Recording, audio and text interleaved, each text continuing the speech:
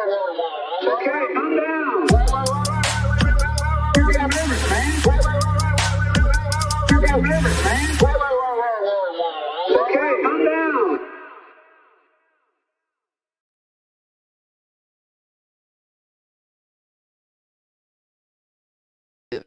Was I muted there? Okay, that's the first time I think it's ever happened. Interesting. Well, the Mossad is probably playing around with my laptop. Hello, everyone. Welcome to the Katie Halper Show. So excited to be here with you today. We have a great show for you. We have 3 different segments, and we have 3 people who are making their debut on the Katie Halper Show. So historic moment for everyone involved. Really excited for this. And please do, as always, give this a thumbs up. Give a thumbs up to the stream. Hit the like. Also subscribe if you haven't already subscribed. We're very close to 400,000, which is really exciting. And we are so grateful to you for already subscribing. And if you haven't subscribed, then please do. As always, we urge people to join the Patreon. That's patreon.com/The Katie Halper Show. Again, that's patreon.com/The Katie Halper Show. And if you do that for $5 a month, you will get extra content and bonus episodes and early releases, and we have great stuff for you. Also, please do follow me on TikTok. And Brad, you got to remind me, what is, the kids use TikTok these days. Is it KT Helps _? It is, I believe, and I'm sorry, it was Twitch. No, I'm doing both, but first I'm urging people to do. I don't want to urge people to do Twitch. You and I have a fight about this, so I like the way you snuck this in. The fight continues. Ignored what I was wanting, yeah. But we can do Twitch. I mean, if you're watching this not on YouTube and you want to do Twitch, that's fine.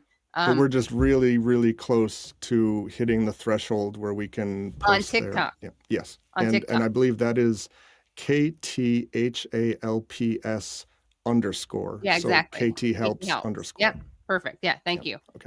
We got to blow up on TikTok. That's where the youths are. The 2 youths, to quote my cousin Vinny. So who are the guests that we'll be talking to? Well, our final guest, going in backwards order, is someone who will be talking to us about Pakistan, which is, by the way, a subject that we really have not focused on sufficiently / at all on this show. I'm not going to beat myself up about it. We focus on lots of important issues, and we are fixing that problem tonight with Dr. Moeed Pirzada, who is a British Pakistani geostrategic analyst. He's going to be talking to us about the latest Epstein emails, which include some fascinating comments by Epstein about Imran Khan, the former prime minister of Pakistan, also very good cricket player. And he's, as people probably know, was overthrown and is currently in jail. So that will be our final segment. Our second segment is going to be with Roua Daas, who is an organizer with the Palestinian Youth Movement and lead on the Mask Off Maersk campaign and the People's Embargo for Palestine. And our first guest we're so excited to be talking to is Andre Easton, who is running to represent New York's 15th Congressional District, which is in the Bronx.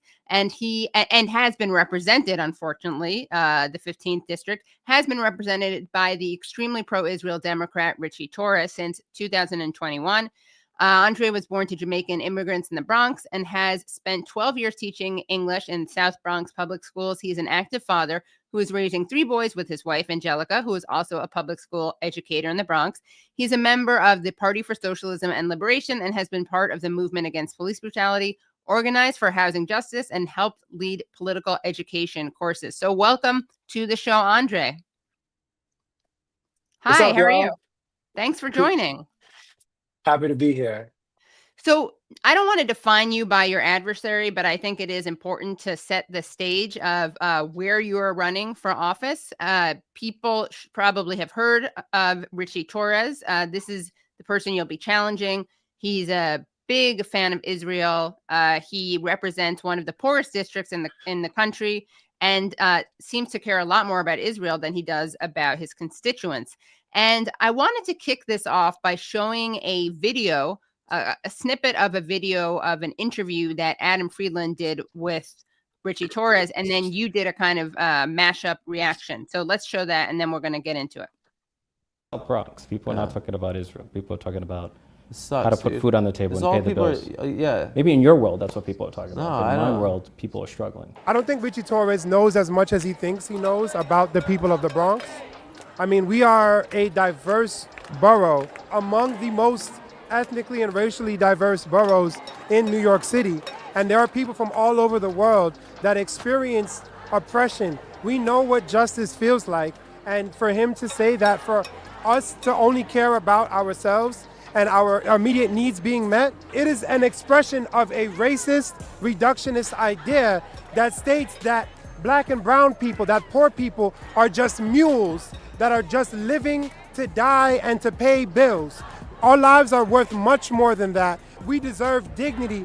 We deserve to be able to stand in solidarity with the international workers class because we are a product of the international working class. So for him to push this narrative, that is a self-serving billionaire narrative that it seeks to maintain the status quo and keep the suffering ever increasing for the glorious, wonderful, beautiful, creative, innovative, stylish people of the Bronx that I'm proud to be a part of.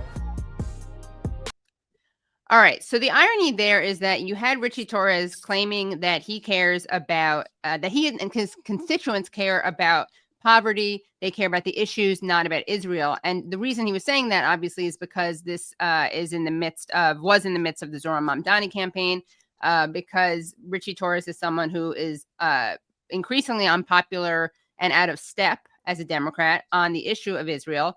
But here's another interesting thing that makes his comments especially rich.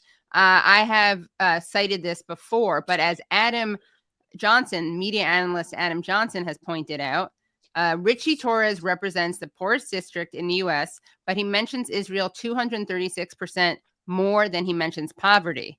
And what Adam did to determine that is he looked at public statements since coming into office in January 2021. Now this was written in 2023, so maybe the percentage has increased, but it doesn't, at least for his first 2 years in office, which is way too long to justify. It's indefensible. So in public statements since coming to office in January 2021, Torres has mentioned Israel 337 times and poverty 143 times. On his official website, there are 202 mentions of Israel and 77 mentions of poverty. On Twitter, there are 73 tweets about Israel and 12 about poverty. On Facebook, there are 62 mentions of Israel and 54 mentions of poverty. And according to Food Research and Action Center's figures, using data from 2017, New York's 15th district is by far the poorest of the 435 congressional districts in the United States. 36.2% of Torres' constituency lives below the poverty line. For reference, the second and third poorest districts in the country, Michigan 15 and Kentucky 5, have a poverty rate of roughly 29% or 7 percentage points lower than New York 15. So what is your response to this video of Ritchie Torres pretending that his constituents don't care about Israel, they care about real issues? Yeah, well, thank you first and foremost for playing that video. It's definitely one of my favorites. I think it really gives an opportunity for the people of the Bronx to exist as a vibrant and varied, people, which we are. I think the troubling aspect of the way that Ritchie Torres is framing the concerns of the people of the Bronx is that this is a projection, right? Like he's projecting onto our consciousness his own beliefs. Like he would much prefer, his job would be a lot easier if we did only in fact care about meeting our own needs and our own survival. But that would require that we exist as second-class citizens, that we exist as some form of subhuman life form, which we reject wholeheartedly. I think this, the one piece that I forgot to mention was intelligent. Right? Like if you know anything about, again, the people of the Bronx, you understand how people have been able to navigate those same contradictions and those conditions that you mentioned earlier. I think when we use the poverty line as a measurement, we are really failing to capture just the essence of how bad the working class is being exploited in this country, right? So the poverty line measurement does not really fully illustrate just what people's day-to-day needs are, right? Like, I mean, if I told you what I had to spend at the grocery store just the other day to try to feed my family of five, right?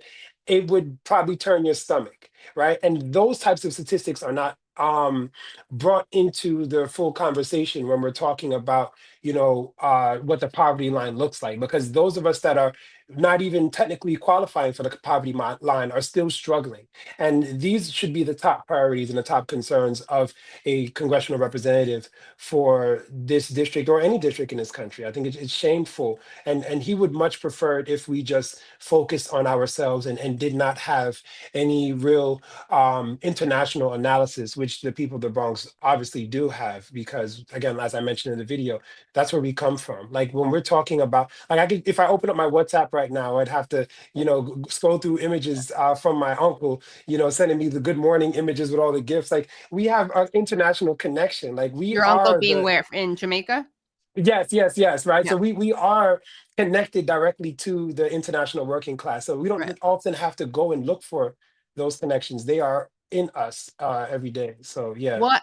Excuse me. I think there are two things going on, right? One is like as you're pointing out, people don't exist in silos, and people care about seeing Palestinians being massacred, and you can be struggling financially and working hard to make ends meet, and also not want kids to be killed and not want your tax dollars to go to killing those kids, right? So there's that. But then there's also the hypocrisy in that Ritchie Torres is claiming that he is in step with his constituents because he cares about these bread and butter issues. And again, I'm just going to read what he said in that video.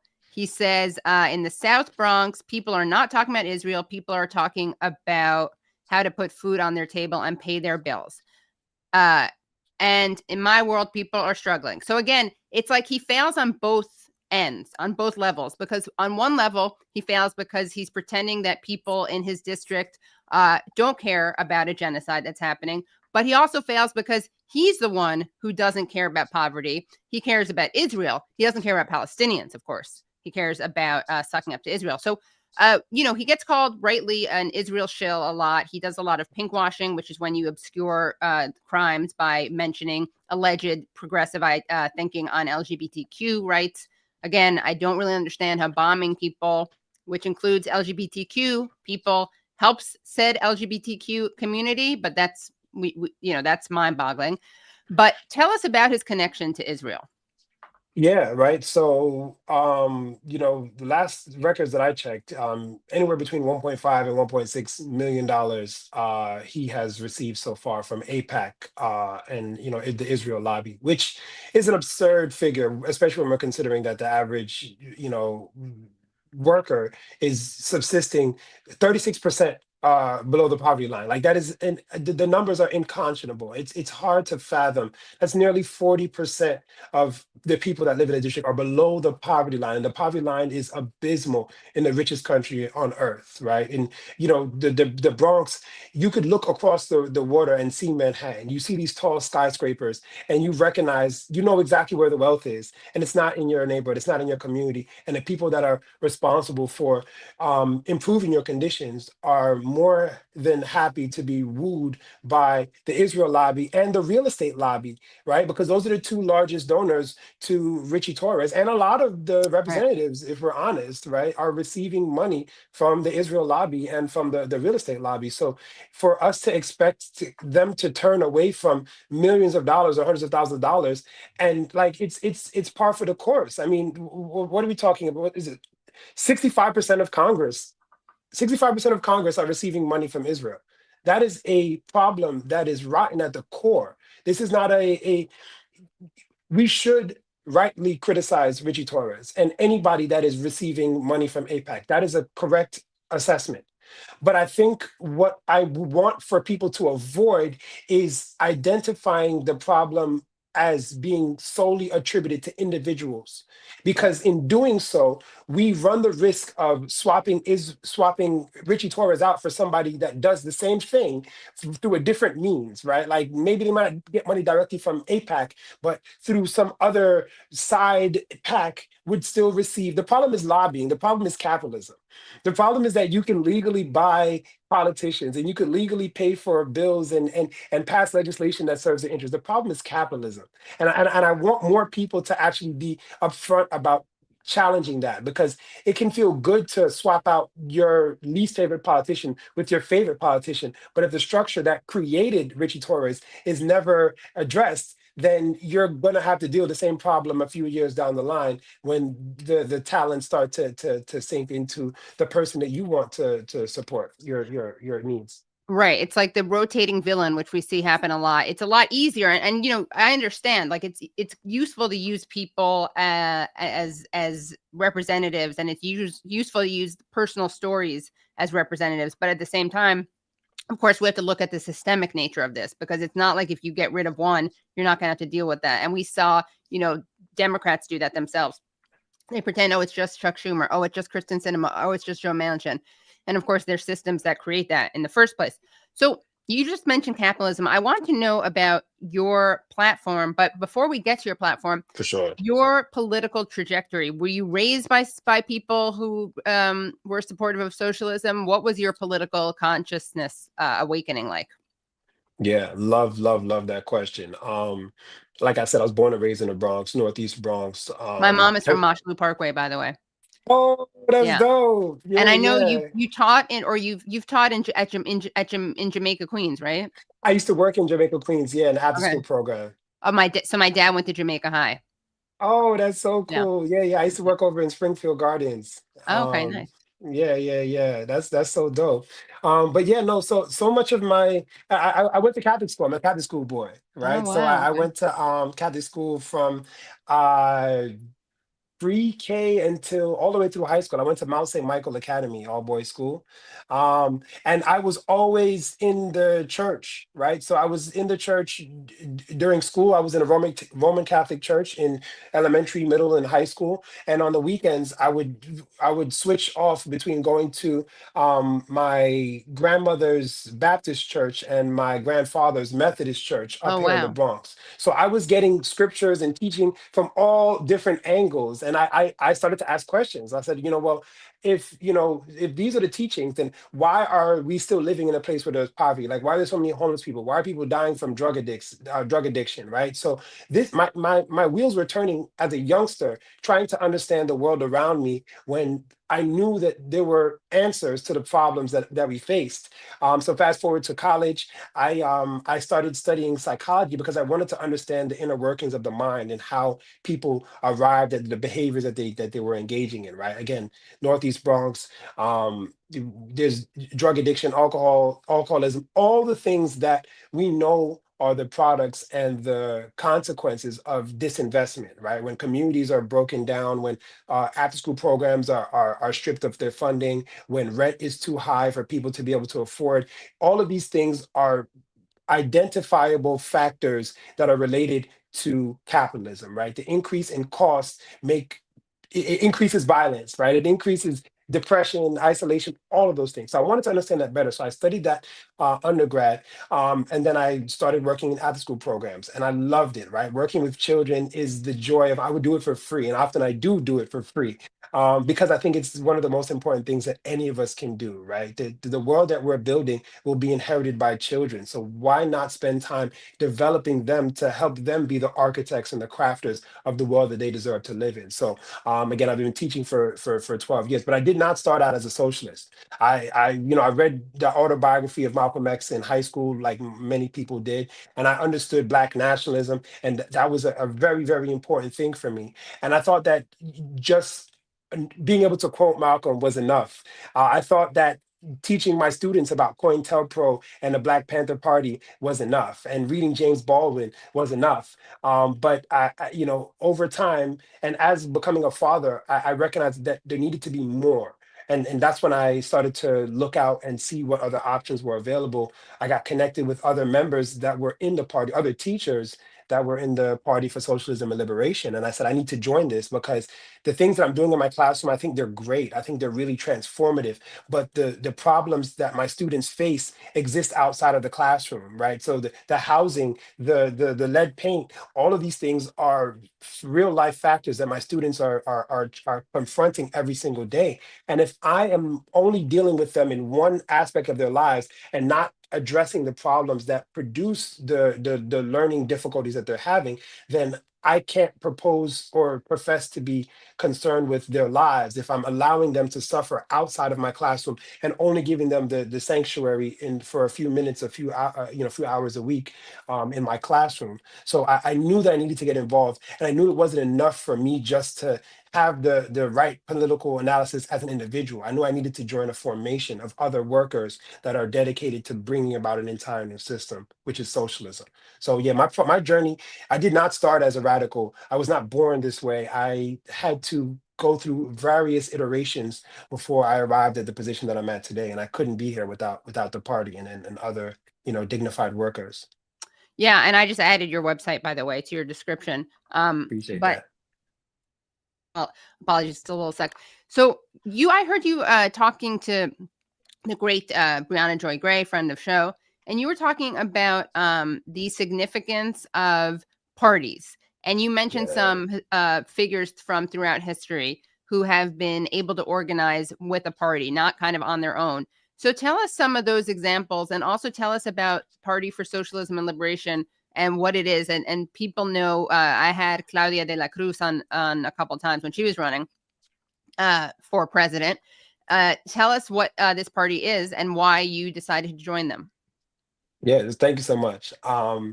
So first and foremost, the Party for Socialism and Liberation is an independent working class party, and our movement is explicitly focused on bringing about a socialist reconstruction in America. America is, at this stage of its development, has all of the capacity to be able to provide the needs for all of the workers, a dignified, high quality standard of living for all of the workers. But the means of production, or the tools that create all of the experiences that we have in our lives, like the housing, education, all of the infrastructure, is in the control of the billionaire class. And our job is to build a mass movement to create socialism in real time in our lifetimes in this country. And doing so would be probably the greatest positive contribution that we could make to human development, in that socialist America would be would liberate the global South and give the global South the ability to set their own destiny, right? So what's happening in Venezuela right now, where the United States is actively using the weight of its $1 trillion annual military budget to suppress the self-determination of the people of Venezuela and the Caribbean more broadly.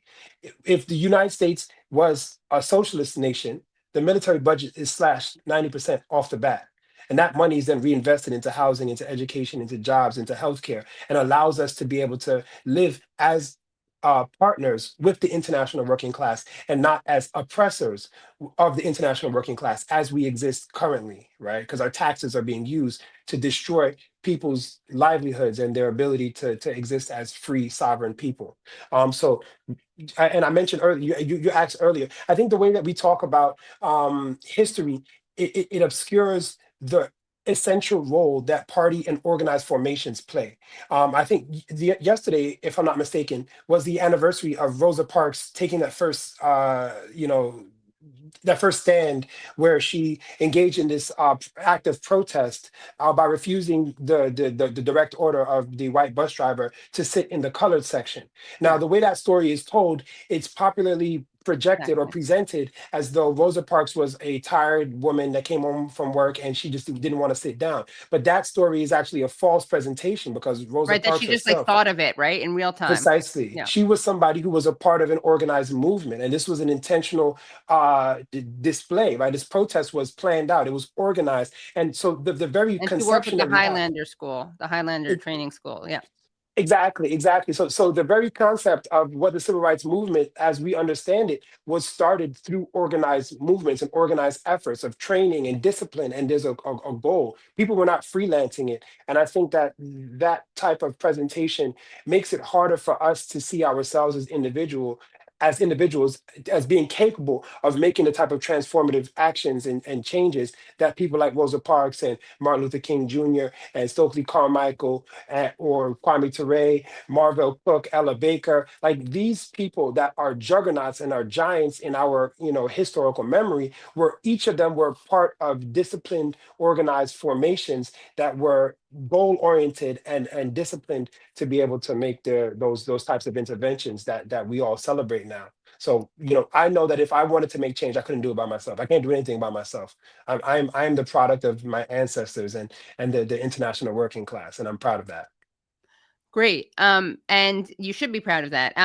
Now, why are you running not as a PSL candidate? You're running as an independent, correct? So I am an independent candidate, yeah, but I'm a Right. member for the PSL. So I'm a PSL candidate, but I'm an independent, as in not Democrat or Republican. I'm Right. running independent, yeah. Okay, so it's the same thing as running as is that what Claudia did? I thought you were Correct. Okay, got it. Okay, so you're not part of Correct. the duopoly, obviously. No, not at Yeah, all. I knew Not at that. all. I just didn't know. I thought you were running as independent as opposed to PSL. So you are running with. I knew you were part of PSL, but you are also PSL candidate. Yeah. Okay, got it. So I wanted to ask you about your platform. So tell us about your platform. Yeah, absolutely. I mean, first and foremost, the Bronx makes makes New York City run. And we believe that that power should be in the hands of the working class. Like we should be able to set the agenda and determine how all of our labor and wealth is used and harnessed. So our platform is very it's accessible. We want to make sure that people can articulate these points in conversations with their friends and family, right? So first and foremost, right up the top is lower the rent, raise the wages, right? The rent is the probably number one issue for the people in District 15. They're trying to figure out how they're going to keep a roof over their heads is a primary concern, right? And increasing the wages, right? People are working longer hours and not able to be able to keep up with the cost of living to feed themselves, and it creates an alienation of the family because the time that parents would be spending with their children, passing on that generational knowledge, a lot of that time is fractured because parents are picking up extra shifts and not able to meet their needs. And again, this is a problem of capitalism, right? It's not simply one policy. The capitalist system requires a class to be exploited, right? So guaranteeing our safety, finding real solutions to gun violence, which we believe directly investing in communities and in education, right? Levying a tax on big pharma to end this drug addiction crisis. Like all of these things are profitable and they have names and sources that can be addressed with real policy. A future for the youth, right? So free childcare, right? High quality childcare by professionals is a main concern, right? So many people don't want to become parents because of the exorbitant rates of childcare, and making that free would allow for a generation of people to have that creativity, that creative energy to be invested into making society the place that we all want to be a part of and feel proud of. Healthcare crisis is a huge concern as well. So ending the health crisis, right? The Bronx has some of the highest rates of asthma in the world, right? These are not accidents. These are all consequences of policy decisions that divide up highways, divide up communities, and all of these things are preventable and can be addressed. And of course, end all U.S. aid to Israel. I have to pause when I say that because we need to be very clear that the genocide that's happening in Palestine, the slaughter and the starvation and the degradation of the people and the land of Palestine is only possible with the support of the US through our tax dollars. So if the US support is withdrawn from Israel, they would not be able to engage in the level of violence and destruction that they have been since before October 7th, 2023. Right. So that's something that has to be made very clear. Slashing the military budget by 90%, and fully funding art and culture. I think so. Going back to the original point about Ritchie Torres, it is a slave idea that states that uh, African people in particular, and people throughout the diaspora, were brought to this country to exist as laborers. We were never meant to be thinkers. We were never meant to have any type of creative pursuits. The entirety of it, which is why for over a century it was illegal to even learn or teach an African enslaved person to read, is because what happens in our mind was never never important or valuable to the broader system of capitalism. They would much prefer that we just exist as subhuman second-class citizens, and we reject that. And we know that a part of transforming the Bronx includes revitalizing the arts and culture programs so that people can have creative outlets to be able to develop themselves and their ideas beyond just laboring and dying. Like, that's not what our lives are meant to be, and we cannot accept that. Justice and reparations for black families. I mentioned on several occasions that the Bronx is the blackest of the boroughs, right? We have the highest percentage of black residents, and District 15 is no different, right? So how can we ignore that in our platforms and in our positions fighting for justice? So that's a huge part of how we want to show up and how we would reorganize the Bronx, were we to have the power, which we deserve. Right. Well, it is really important, I think, to make people realize that, the same government that's funding a genocide in Gaza, or funding, killing Venezuelan fishermen, is also not providing for the needs of the people. And I think that that's a really important thing. And you really do a great job of that. I also want to talk about Ritchie Torres's, and again, because it's not about Ritchie Torres, it's a more systemic issue. And again, I heard you talk about this with Brianna Joy Gray about the weaponization of identity politics and how you saw that with Obama as well. So talk about this, because, Ritchie Torres talks about how he is an Afro-Latino gay man, and which are great things to be, but he definitely uses that as a shield. And in the case of Israel, very clearly uses that as a shield to cover for their crimes against humanity.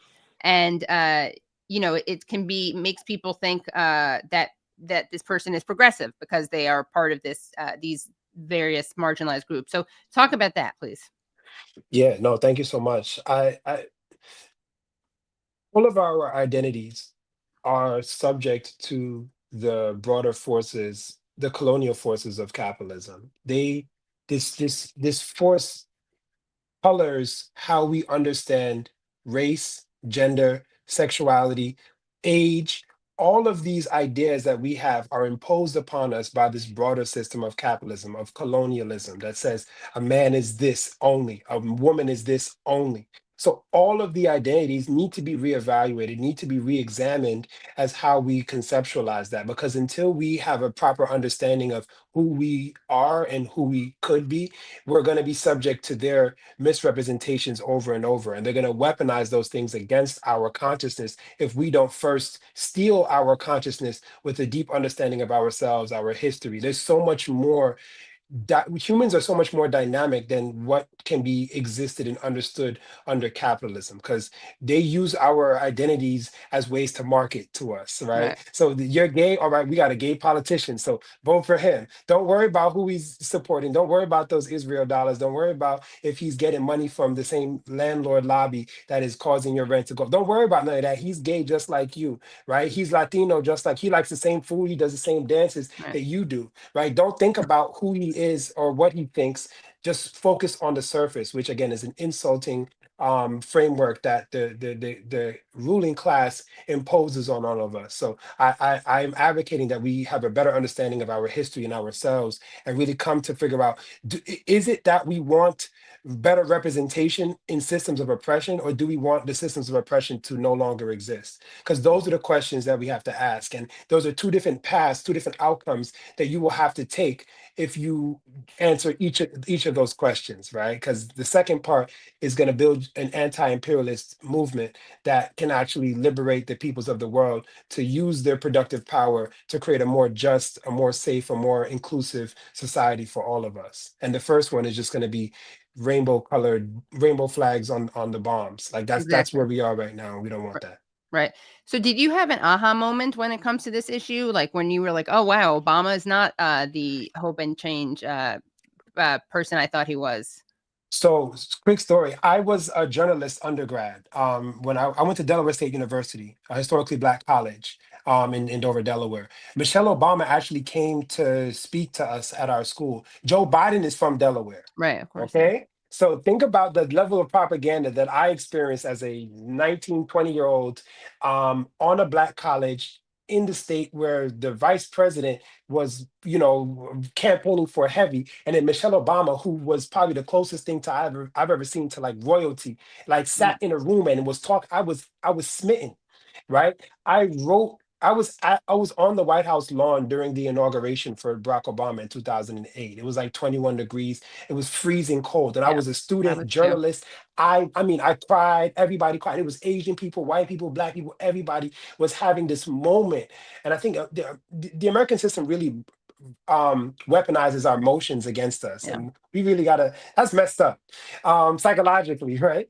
And so I had that moment where, I voted for Obama the first time and I voted for him the second time. And then it wasn't until I became an adult when I'm in the classroom and I'm talking to my students and I found out that Barack Obama doubled the bounty on Assata Shakur. And I'm like, why would you, the first Black president, decades after this incident happened, allegedly, why would you double the bounty on this Black woman who's minding her business out in Cuba, not troubling anybody? Why would you be the one to double that bounty? Shout out to Cornel West, who raised that point to me and it brought me into consciousness, started asking, and then looking at the amount, I think was it 7 bombs an hour for 8 years?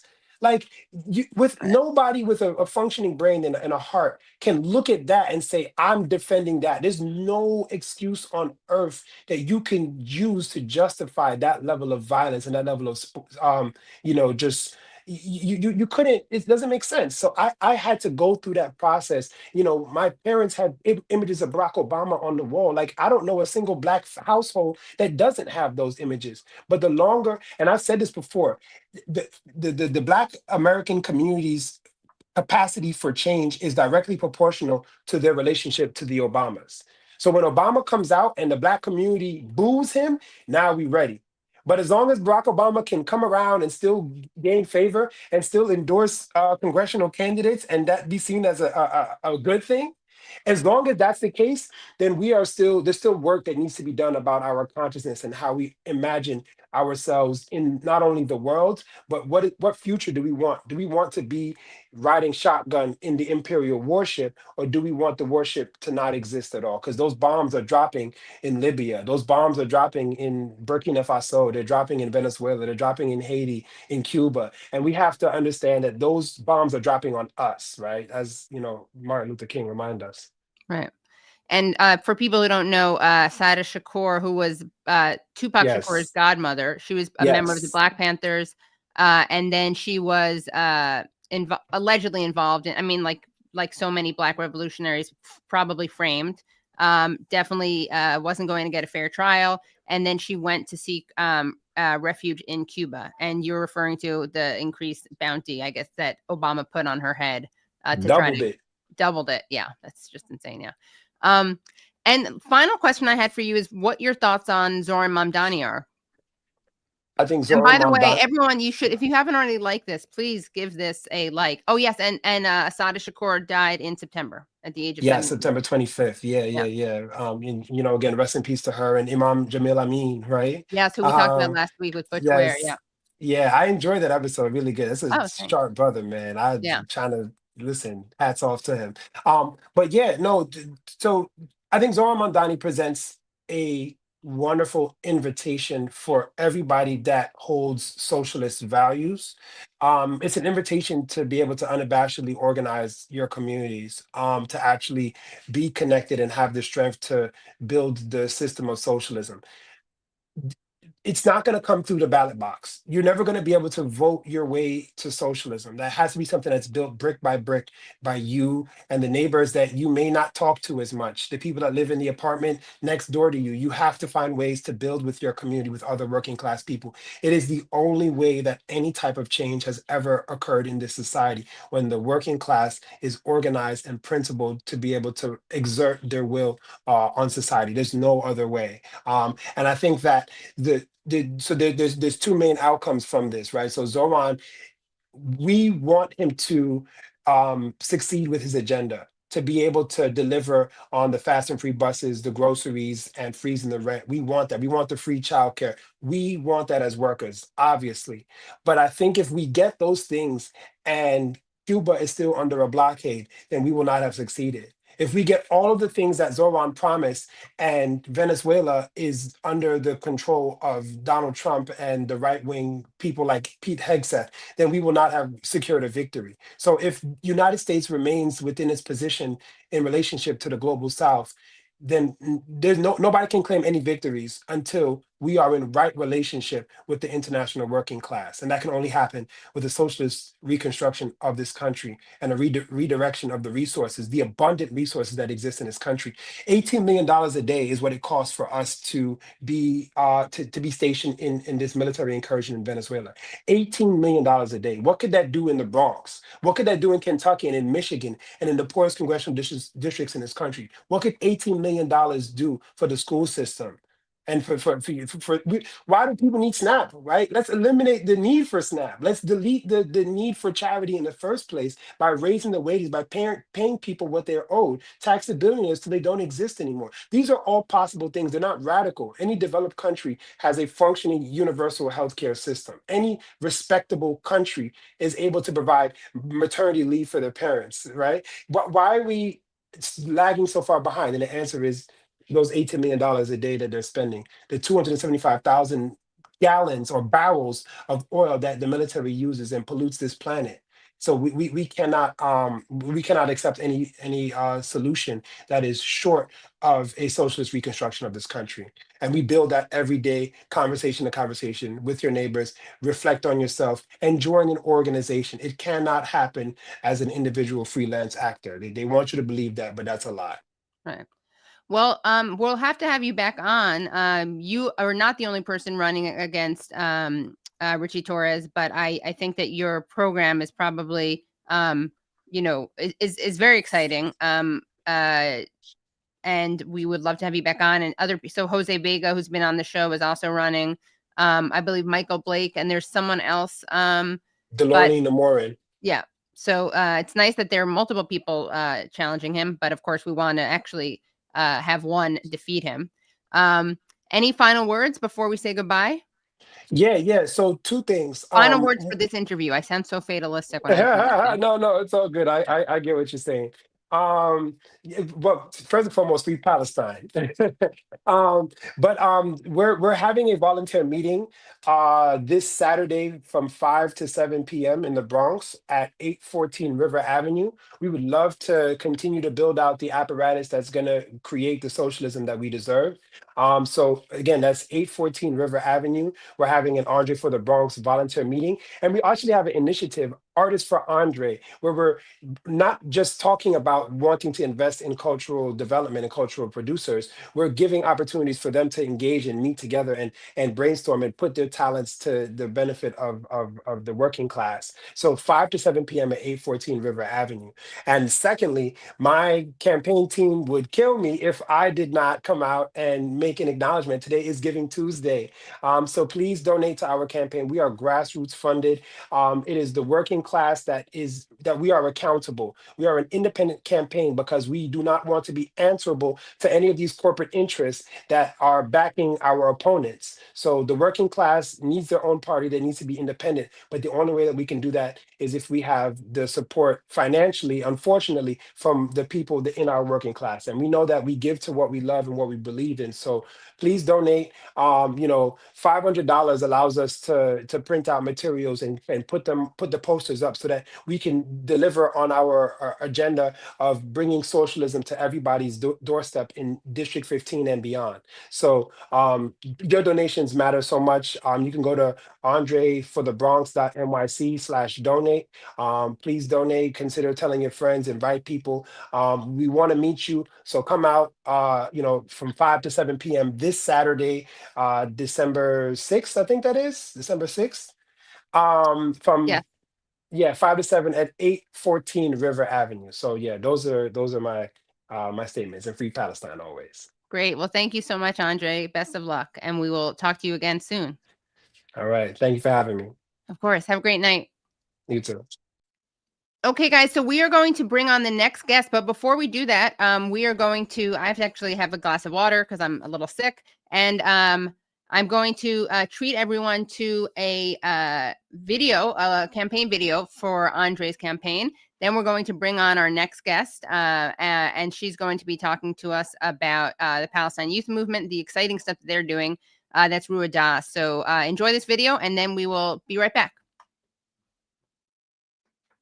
And Brad, did you get you got it, right?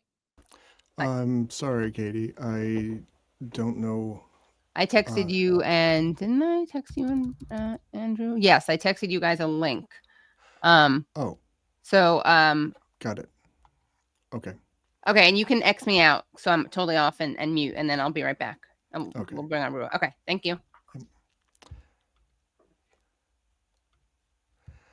Hey, everybody. Well, I'm going to pull up this video that I did not have ready. Age-restricted content. What in the world? Huh. It's, I don't know what is going on with Twitter. I will never call it X. That's not happening. But I just entered this link, and it says, for the campaign video, right? And it just shows age-restricted adult content. This content might not be appropriate for people under 18 years old. Really? Yeah. When I click on it, it just shows it to me. Hold on. This is very weird. Yeah. I mean, I can probably play it on mine then. That's what I'll do. Okay. So give me 1 second. I'm seeing... and by the way... In the comments, they're saying we're all mature here. Yeah, I know. So. By the way, and also please, here's a little pet peeve of mine. When I write in the description who's going to be on, and I also write the order, and I say it at the beginning of the show, check there before asking like 17 times about someone coming on later. It is so annoying because you're late and not reading, and then you're asking us to help you. So it would be one thing if that information wasn't supplied elsewhere. And it's also rude to the people on the show. All right. So let me set this up. Okay. That is so weird. So like, why do they have you? For you, it's not safe. For me, it is. I think they must think you're more delicate than I am. They must think that I am a man baby. Yeah. They must know, you mean. Wall Street. Just kidding. Did that play? Could you hear the... Yes. Yep. Okay. Yep. All right, so can you just make me go? I'm gonna play it, and then you can make me go away. Okay. Once I start playing it. Okay, thanks a lot. Okay. Gets all the credit, but it's the Bronx that keeps Wall Street gets all the credit, but it's the Bronx that keeps our economy alive. We're the ones moving the trains and buses that power New York City. We're the healthcare workers who carried this nation through the pandemic. We run the grocery stores, deliver the food, and keep the shops open. And everywhere I look, I see people hard at work, producing this country's wealth. So how is it possible that I'm standing in the nation's poorest congressional district? My name is Andre Easton, and I'm running for Congress to represent New York's 15th congressional district to lower the rent and raise the wages. It's time to make sure that nobody pays more than 20% of their income on rent That's all it should take to keep a roof over our heads. It's time to raise the minimum wage to $30 an hour. Because our jobs deserve real pay. As a public school teacher and a father of 3, I know that the real solution to rising violence and addiction in our streets is to give our youth a future. And that means fully funded schools, an end to student homelessness, free childcare, and guaranteed jobs for all. Our bills are getting higher while the rich are getting richer. And that's capitalism. A system where billionaires bribe our politicians to fund genocide in Gaza instead of what we know our people need. Capitalism will only lead to endless war, a dying planet, and economic catastrophe. We need a whole new system, one that funds life and dignity. That's socialism. Their system robs us. Socialism means taking back our economic and political power. The Bronx proves it every day. Our labor makes society run. It's time for us to run society.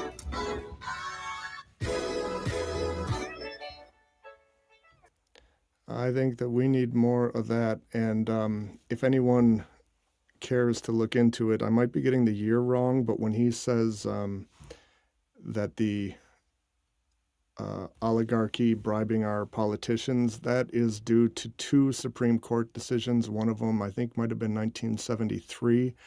That was Buckley v. Vallejo, which said that money equals speech. And then the second one was Supreme Court Citizens United decision that says corporations are people. And Right. if you put those 2 together, basically, currently, you cannot stop endless, basically legal bribery of our representatives, because according to those 2 decisions, doing that would be infringing upon their free speech, Right. which Yeah. is absurd, but that's what he's talking about. Yeah. Thanks, Brad. Okay, bye. Bye. That sounded sarcastic, but it was great. Okay, well, we are moving on with the show. If you haven't already liked, please do remember to give it a thumbs up. It's a free way to fight back against the oligarchs and the tech bros who try to control what we do and say and watch. So we're going to bring on our next guest, and then after we speak to our next guest, we'll be speaking to Moeed about Pakistan. Moeed Pirzada, Dr. Moeed Pirzada. So we're bringing on now Roua Daas, who is an organizer with the Palestinian Youth Movement and lead on the Mask Off Maersk campaign and People's Embargo for Palestine. So welcome.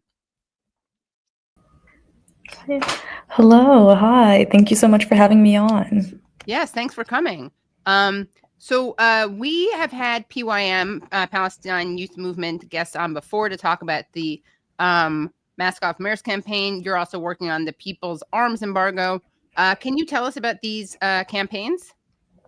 Yeah, so the Palestinian Youth Movement has campaigned for arms embargoes in defense of Gaza for a long time. And since 2023, our research unit has really developed a series of unique methodologies that have helped us track military cargo, weapons, fuel, and coal shipments that are critical in the supply chain for Israel's genocide against the Palestinian people.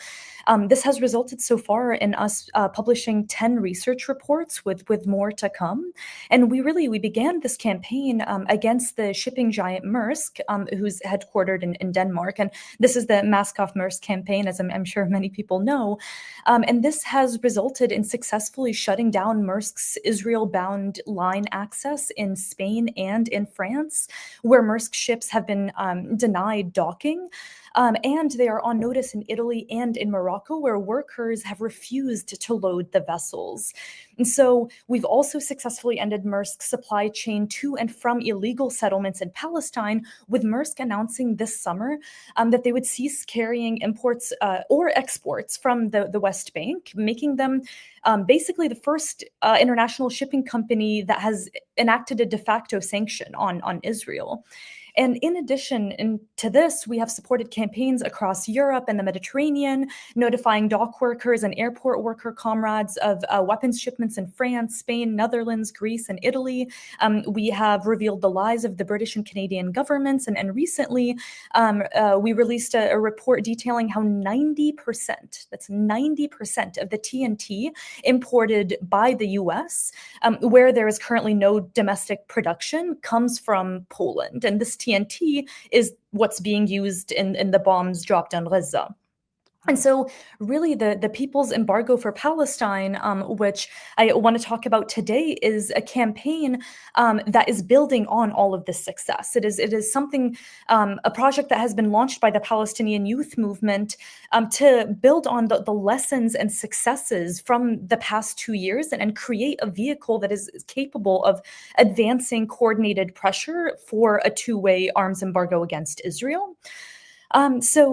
The goal of PEP is to popularize embargo research, to target, popularize targets and campaign strategies, and to centralize calls to action to ultimately make our movement more powerful.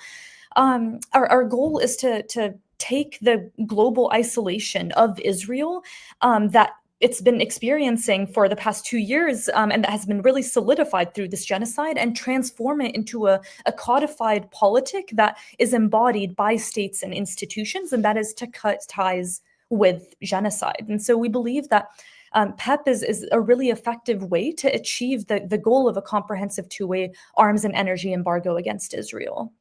And of course, PEP is not progressive except for on Palestine. It's the Yes. People's Embargo. Yeah, we're claiming it. Yeah, you're reclaiming. Yeah. So I want to ask you also about an exciting discovery that you guys did. That you guys like there should be like a heist movie made about you guys because you do really exciting stuff. But this is actually a video that we have. PYM discovered a warehouse in New Jersey shipping over 1,000 tons of weaponry to Israel per week, using Maersk to ship this equipment to Israel. Let us, I'm going to ask you about what you discovered, and let's also watch a video. Single warehouse in Jersey City moved 91% of all seafaring Israel-bound military cargo that did not go through a military base. The equipment often travels from the warehouse to Port Newark Elizabeth Marine Terminal, where they are loaded onto a ship, dropped off in Tangier, Morocco, and picked up by another ship on the way to be taken to Israel. The warehouse is not just a logistics company, it is a lifeline of Israel's war machine, said Nadia Tannous of PYM. Israel will use it to restock for its next assault on Gaza, she continued. When Dropsite visited the warehouse earlier this month to speak with a company representative, an employee at the site asked us to leave the premises. A tactical vehicle parked just outside was identified as a David by the researchers. Davids are manufactured in Alabama and used by Israeli soldiers. A 2001 contracting document obtained by Dropsite shows that the warehouse was involved in delivering David vehicles to Israel. David Adler of Progressive International said the chain of complicity runs straight from Gaza's rubble to the heart of the American logistics industry. You can read the full article on our website, link in bio. So tell us about that discovery. I mean, I know you can't always reveal exactly how you found out, but what can you tell us?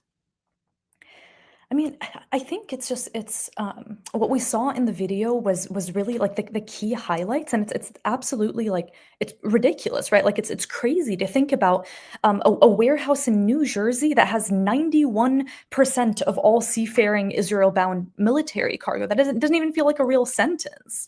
I think like what we've seen over and over and over and over again is the ways that the United States will defy all logic to support Israel, but because of course we know that the United States itself is acting in Zionist interest and is Zionist itself. And so this latest discovery of the IFS, the Interglobal Forwarding Services, and the related entities in Jersey City have operated as logistics agents for the Israeli Ministry of Defense and Israeli weapons manufacturers. And this means that our public infrastructure, which is built to serve our residents is being used as a militarized supply chain to ship dangerous and potentially explosive materials that fuel war abroad. This takes place near schools, homes, businesses, essential services, and it takes place with no transparency or community consent. And I think that that's been really a large part of our work, right? That of course, ultimately, what we want is the material change, is the material end to the supplying of weapons to Israel. And what we see along the way is that as we expose this research, as we expose this complicity and this active enablement, people are discovering that it's right there in their neighborhoods, and they just never knew about it because of how much it's been hidden. And I think that this really speaks to the fact that, like, having this warehouse as is, similar to other forms of complicities is not only immoral, but it's a direct threat to public safety. Transporting and storing explosive or hazardous military cargo through densely populated neighborhoods violates the basic responsibility to protect residents. And so, I think as people all over the country are claiming, the people of New Jersey are saying that our cities must protect us and not serve as outposts for Israel, serving foreign militaries or weapons corporations. Right. Yeah. This is a really clear example of, like the imperial boomerang, right? The way that as Cesar talked about, the way that what we do abroad comes back home. I mean, it's more that's more about the violence, right? That we commit abroad or we fund or enable abroad. But this is just a reminder of the global nature of this genocide. Absolutely. Absolutely. So, we are now 2 years into this genocide, and even though there's an official ceasefire, I mean, you have even Amnesty International, which is hardly radical, is declaring that the genocide isn't over. What are your thoughts on where we are today and the strength of the protest movement? I think it's really really hard, right? Like as a Palestinian or as a person, to try to claim or feel victory or success in this moment as we continue to watch the ongoing genocide of the Palestinian people, as we continue to see horrific reports of rape and torture that are coming out of Israeli prisons, of Palestinians, as we continue to watch children be murdered for crossing a line they didn't know was there. Like all of these horrific examples of the violence that Palestinians are still enduring, I think are constant reminders to us of the duty to continue. And we must continue, and we also must recognize that where we are today is fundamentally different than where we were 2 years ago in terms of the shift in political consciousness that has happened globally. And so I think, to your question about protest movements, I think we are where we are because of the resistance that has come, because of people refusing to accept that this genocide can happen or will happen and go unnoticed and go with no resistance. And so the movement that we have built has not stopped the genocide, and that does not mean that it has not set us up so that we can continue demand, so that we make sure that a genocide like this is never possible again. Right. Yeah. I know it's a kind of a hard tightrope to walk, right? Because you want to acknowledge how the genocide is ongoing, and at the same time, you have to kind of, like, for the sake of sustaining a movement, you have to take stock in victories. You have to be clear-eyed about it, but also you do have to, take a moment to what's the verb I'm looking for here? Appreciate what has been done, as as we still mourn. But to fight, sometimes it's really helpful to kind of like take stock of that so we can continue the fight. Yeah, absolutely. And I think, it's taking stock of that, like, means also looking at the just like very tangible, like, I just listed at the beginning of this some of the successes of the movement and the ways that we are enacting a people's arms embargo when the institutions that are supposed to be upholding these human rights laws are not doing so. And we're seeing these attacks on the Palestine movement, not just in the US, but in Canada and Europe, globally. And that tells us that we are doing something, and the movement is succeeding, and it's really, really important that we continue to push the gas now. Right. So another question I had for you is talk about your own personal relationship with Palestine. You said as a Palestinian. So what is your family's trajectory? Yeah, so, my family was displaced from our homes in 1967. And so I was born in Jordan and kind of moved around a bunch when I was younger, moved from country to country, from city to city. But I think the constant theme throughout my childhood is I remember when I would ask my parents, like, why are we moving again? Where are we going? Why are we moving? Why are we getting further and further from home? What they would tell me is, we are moving because we were displaced, because we are not allowed to go back to our home, because our home was taken from us, was stolen from us by Zionists and by Zionism, by the state of Israel. And they would continue to remind me that it is not just by chance, right? But that there is a reason why my life is the way that it is. And I think that this gave me a really political understanding of my life and of my conditions and of the conditions of my people, and to understand that it's not that things just like appear or things happen for no reason, but they are happening for a reason. And I think that, of course, that politic developed into understanding that imperialism is the drive, and Zionism is the drive behind this violence.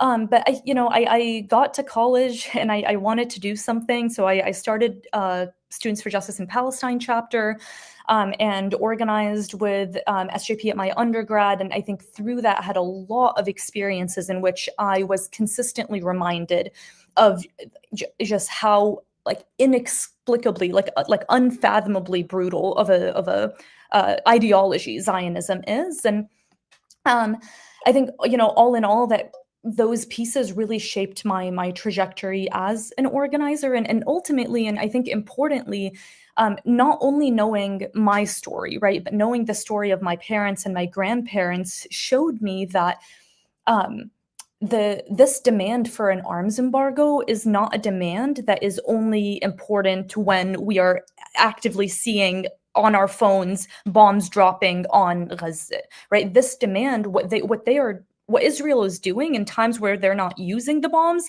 is they are restocking the bombs. And so we cannot be a reactive movement. We cannot wait for the next genocide. There can't be another genocide, right? We must take it upon ourselves, and it is in our hands to make sure that can't be possible. And so I think recently I've really been reflecting on that, and reflecting on how this demand has been solidified as a global demand recently, but I think has been in the consciousness of people for a long, long time. Mm-hmm. Yeah, definitely. Well, I think that, something else that PYM has a very kind of astute analysis, I would say. Sometimes the good thing about Palestine becoming an increasingly an increasingly shared support of Palestine has increased so much, right? I mean, it's shocking to me when I compare what the world was like 10 years ago even, and this used to be like a third rail issue. Of course, in some places it still is, but it's also like, it's so clear that this is not a fringe issue, that this is a really important issue. And I think that, when we talk about Palestine, that means it's a much more mainstream issue. But so sometimes I'll talk to people about Palestine. We agree on Palestine, but the analysis, whereas before, in order to have a good analysis of Palestine, you had to have a good, sophisticated political analysis more generally. Now you don't, which is a sign of progress, right? You don't have to be that critical of world systems to just say blowing up kids is bad. But share some of your kind of political analysis and PYM's analysis, and how you connect what's happening in Gaza, for instance, to what's happening in Venezuela. Yeah, I mean, I think kind of related to what I was just saying, like when we have a political analysis that understands that imperialism and capitalism and Zionism are the veins that are connecting all of these issues that we are seeing worldwide, then we can act to intervene in those places. And so, like we hear about, actually just the other day, I think there was a report that was released by, I can't remember who, but it talked about how there's AI powered quadcopters or quadcopter drones, I think it was, that have played a crucial role in Israel's genocide in Gaza that are now being used to surveil cities in the United States. And these drones, I think, operate like without human users and are all sorts of things. But they were used in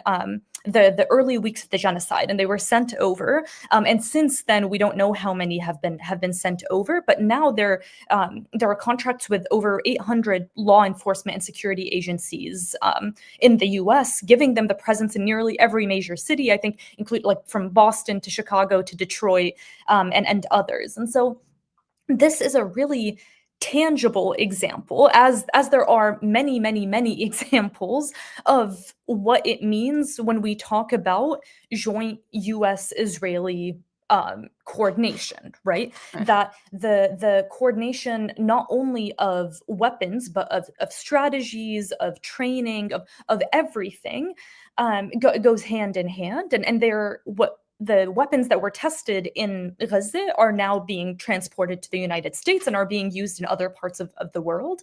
And so this analysis, this materialist analysis, which links between Zionist violence in Palestine and the fascist repression in the United States, could not be clearer. And these developments, although are unsurprising, I think are a really important reminder of the genocidal imperialism. That genocidal imperialism knows no bounds, and that when we think about Palestine as people say Palestine is the center of the world. I don't know if you've heard that, but when we talk about Palestine as the center of the world, Palestine is the place where you can see everything. It is where everything is connected, and it is not only where everything is connected, but it is where everything becomes so visible and so clear that it is undeniable. And like you said, you don't need to have all sorts of analysis to understand that killing children is bad.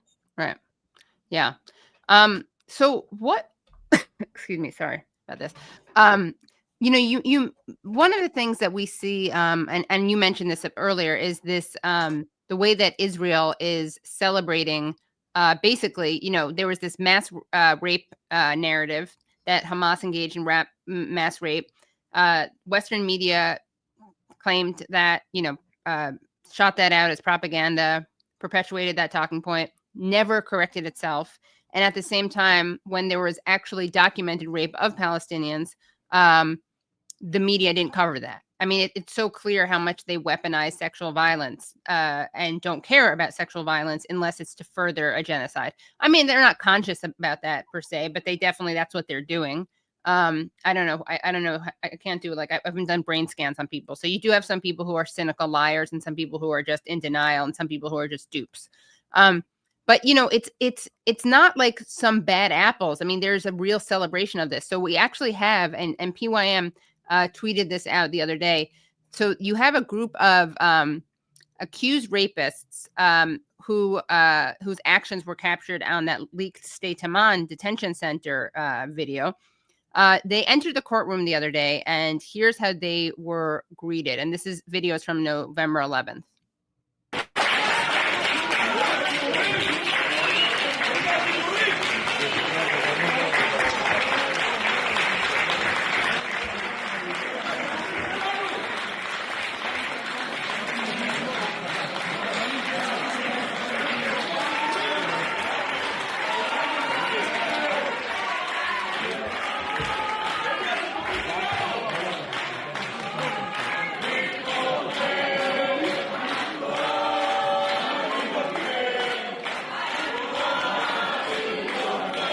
we have any Hebrew speakers in the chat, let us know what they're saying. I'll keep playing it, and I'll actually text some people to see if we can learn that. But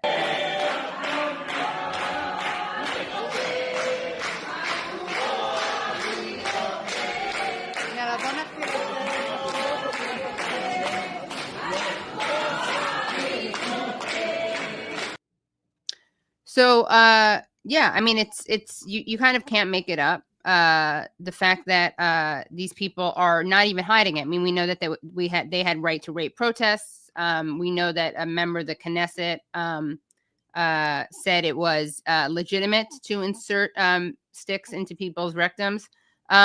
What is your thought of this this culture of impunity, and also the way the Western media ignores one mass rape campaign while fabricating one that didn't happen?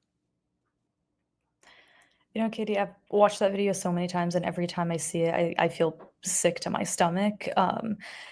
I think when we talk about Zionism, and when we see these kinds of videos, we have to understand that the reason why it's not one bad apple is because Zionism is a sick ideology. It's like Zionism as an ideology is fundamentally anti-life. It is fundamentally anti-rights. It is fundamentally anti-anything that any person with a heart would stand for. And so when we see these videos, we are reminded, just as we see thousands of reminders every single day, that Israel, as we of course know, is not a redeemable state. And there is absolutely no liberation until complete liberation for Palestinians.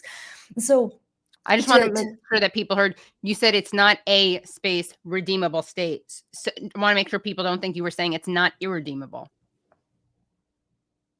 It is not. It cannot be redeemed. You said it correctly. It's easy to miss. It's easy to hear when you said is not a space redeemable state. I at first thought you were saying it's not irredeemable. Anyway, I see. But Yes. Yeah. Yeah. Yeah. Thank you. Thank you.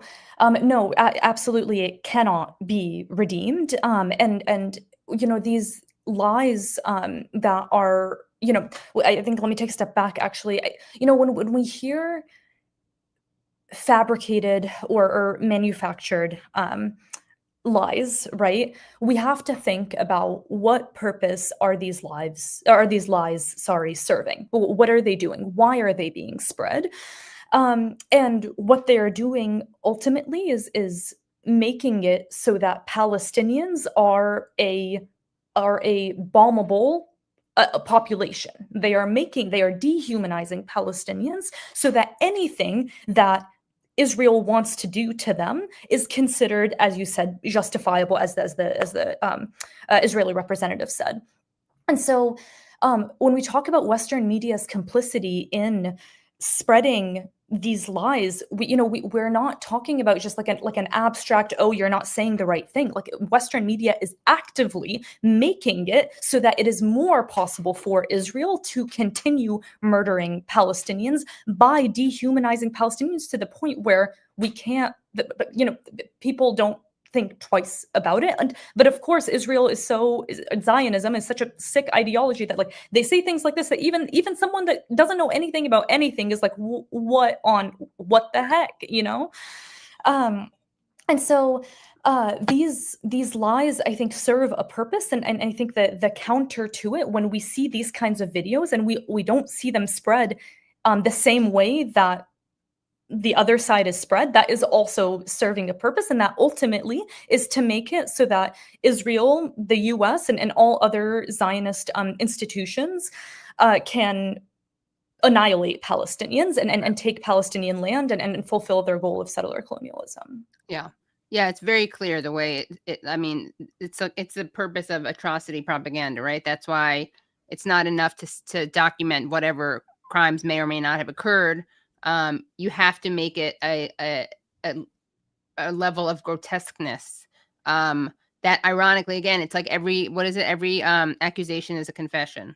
Yeah. And what we're seeing is, again and again and again, like, it would be one thing if the media didn't correct itself. It wouldn't be acceptable, but it would be one thing if they didn't correct itself about the mass rape campaign that Hamas did not commit, but they covered the campaign that Israeli did commit a rape, right? That would be one level of dishonesty and media malpractice. But just doing the one side only, while another thing was documented and is acknowledged in Israeli media, is just it is so unforgivable. And it makes it so clear how little this is about reporting and information, and how much it is a propaganda tool. Absolutely. So, yeah. Absolutely. Well, thank you so much for being so generous with your time. What other things do you want to talk about? Other things that you guys are working on? Any just comments that you want to share? Yeah, I would say if you have not already visited the embargoforpalestine.com website, the PEP website, please do so. You can endorse, you can find ways to get involved. We recently had a webinar with comrades from all over the world that, if it hasn't already been uploaded, will be uploaded on there. And so really, really encourage you all to check out the campaign and check out the website and follow our work on social media. And of course, to continue organizing in your cities, in your locales, taking up local arms embargo campaigns that are taking the power into our own hands and making it clear that whether or not the United Nations actually does something, whether or not these institutions that are supposed to do something actually do something, we are going to do something, and we are going to do it in our cities, in our countries, and all over the world. Actually, can you update us about what the United Nations just did or failed to do recently? I think there's something I can get this. I think PYM was talking about this. If not, it may have been. I may be confused. I thought there was a campaign around this, but I think I may be confused. Hold on one second. What was the? Was this around the Board of Peace stuff? Yes. Yeah. So, as some folks might have seen, the UN Security Council, through the bullying of the US, passed a resolution that would effectively greenlight an American occupation of Gaza, which we know is not reconstruction, it's not stabilization, it's a foreign occupation, dressed up in the language of peace, and sets a really, really dangerous precedent in modern history. So it's a really disgusting and absurd reality, and it's even more disgusting and absurd that the people who funded and armed a genocide for the past 2 years will now determine the future of the people that they genocided. Right. Yeah, it's really disgusting. It is absolutely, and I think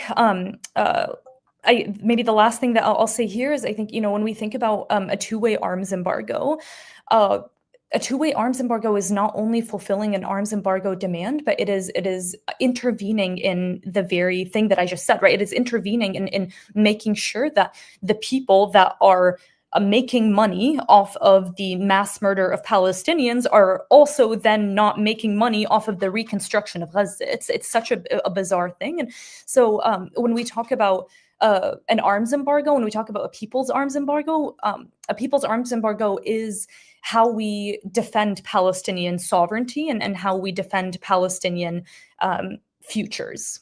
Right. Great. Well, thank you so much, Roua, and thanks to PYM for everything that you guys do. Thank you so much. Thank you. It was great talking to you. You too. Have a great day. Night.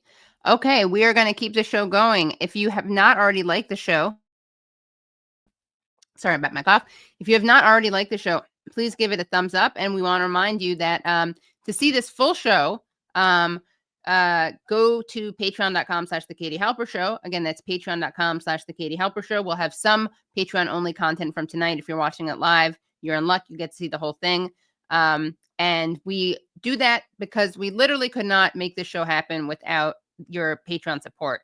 So patreon.com/The Katie Halper Show. It is Giving Tuesday, so you can definitely feel free to join the Patreon. And we're going to bring up the next guest. Also subscribe if you haven't already subscribed. But very excited to be bringing on for the first time our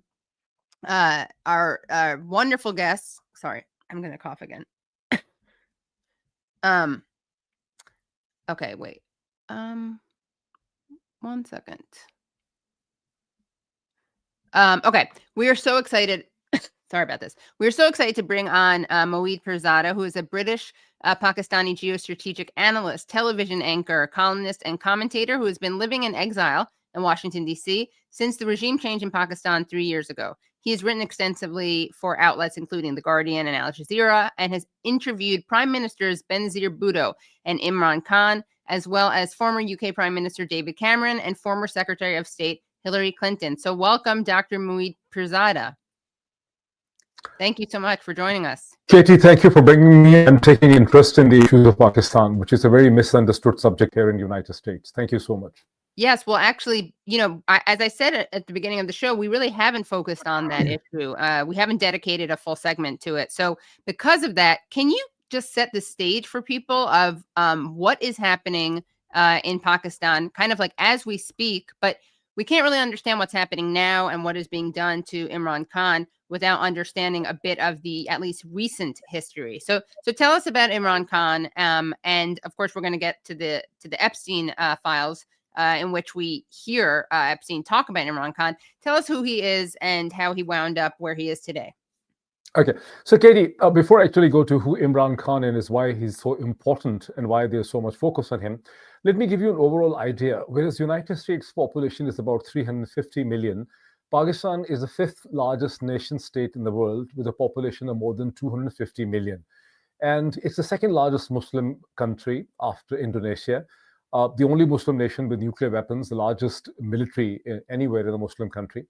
So the present crisis starts when there was a regime change operation, which is allegedly was actually helped by the US institutions like the CENTCOM and the CIA in 2022. Now, the present crisis which we see starts from February 2024, when there was a general election in Pakistan after a lot of delay. And the military tried to make it sure that they will manage the election. But by midnight, when the election results were on, the exit polls started to come, Imran Khan's party, the former Prime Minister's party, was sweeping the elections with almost 2/3 majority. So the military went into the offices of the election and they changed all the results. They stopped everything. They took control of all the television channels, which may look surprising to many in the United States, but it is perfectly possible in Pakistan. So they controlled the media, they controlled the newspapers, the television channels and everything. And they took about 14 hours or 18 hours to change the results. And then they created a dummy fake government, which is represented by Prime Minister Shahbaz Sharif. Now, at the moment, as we speak, there is another drama going on in Pakistan, which involves Imran Khan, which also involves this dummy government, because this dummy government is not prepared to extend the army chief's tenure for another 5 years. So they're loggerheads with each other. So this is the drama which is unfolding right now. The other thing that has happened in the last 24 hours is that after almost 30 days of keeping Imran Khan incommunicado, he's in Adiala jail for all trumped-up charges. They didn't allow his sisters, his family, his political party, his lawyers to meet him. So after almost about 30 days, and in between these 30 days, there were rumors that they had probably killed him. So it was taken up by the Indian media. It was taken up by a section of the Pakistani, of the American media, like the Drop site and other places. So finally, they have allowed about 20 minutes meeting with Imran Khan's sister, who says that he is physically all right, but he says that he has been totally incommunicado. He's not allowed to come out of his jail cell. And as a result, he's suffering a huge mental torture. So if you ask me more questions, I'll explain every aspect of it. Yeah, great. So, and here's Imran Khan right here. This is obviously not a recent picture because he's in jail. I do have more questions about his biography because it's pretty fascinating. So can you tell us a little about it? And then we're going to go to actually we have the video of the sister after visiting him, but tell us about how his kind of trajectory.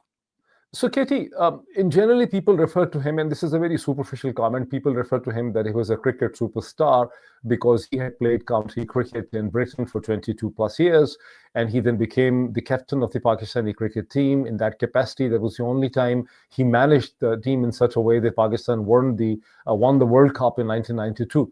But that is actually a very superficial reference to him because he then founded the largest political party in the country. And before creating this political party, Pakistan Tehreek-e-Insaf, he had been a philanthropist. I mean, he had led a health and education movement in the country, in which he had established the cancer hospitals, starting with the cancer hospital in Lahore, then one in Peshawar, then in Karachi.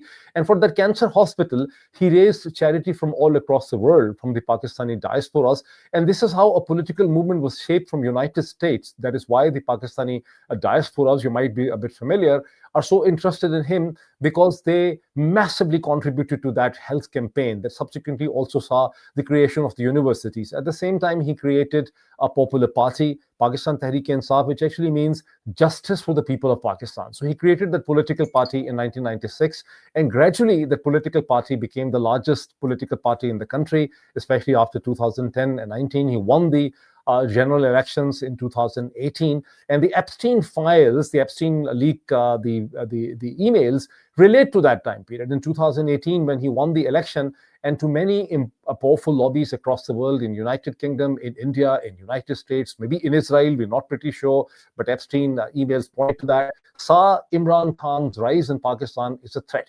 But that is actually, if you'll ask me the questions, I'll explain you, that is based on total misunderstanding about Imran Khan and also about Pakistan. The information is very superficial.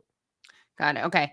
And had his politics changed over time? Like, and how would you define his political ideology, Imran Khan? You can, if from a purely academic point of view, someone, I have known him, I have worked in Pakistani media for more than 20 plus years. Before that, I had worked for federal government in Pakistan. I have also been a physician in my life. So, I have a really different way of looking at things.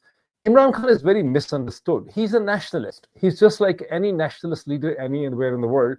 But in order to put him down and to demonize him, he has often been described as a Taliban Khan or as an Islamist.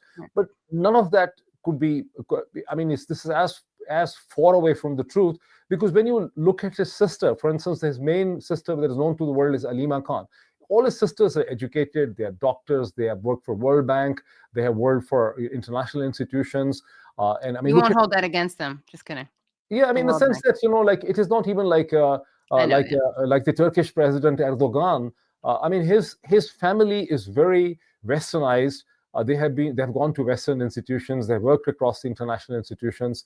And he's a centrist. He's a nationalist. He's a centrist. He's not someone who's advocating for Islamic laws or Islamization of the society. Yes, he's a nationalist. He had a strong position that Pakistan should have self-respect. We're not going to give basis to United States for operations against Afghanistan or for anyone.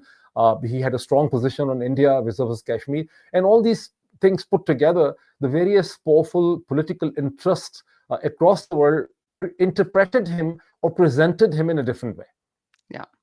And why are we're not going to get into Epstein yet, but why did how would you describe the way he was removed from power? You see, there's a lot of controversy. Why was he removed from power? Principally, he was removed from power by the Pakistani military as a result of a nexus between the politicians, the Pakistan Muslim League, Shahbaz Sharif, Nawaz Sharif, that are currently controlling the government, and between the then Pakistan Army Chief, which is the military chief, because the term in Pakistan is the army rather than the US term military. But there are allegations, there are serious allegations, and there's some truth to it, that US institutions like the Central Intelligence Agency, the CENTCOM, and the Department of State have played a role. There is a controversy which is called as the cipher controversy, that the top Donald Lu, who was then an Assistant Secretary of State, Deputy Assistant Secretary of State, or Assistant Secretary of State for South Asia, he told the Pakistan's then Ambassador Asim Majid that Imran Khan should be kicked out because his foreign policy is very problematic. But that's a very controversial area. Principally, it's a nexus between Pakistani military, which has a very close relationship with US military, the Central Command, and US intelligence community, and a nexus between the Pakistani politician that led to regime change in Pakistan. But the United States got involved because of its close military-to-military relationship. Right. Okay, and I'll ask you more about that later because I'm pretty intrigued by that. But let's now take a look at his sister, what she had to say after a recent visit to him in jail. And I will I'll read what she says for people who are just okay. Oops, let me start. Okay.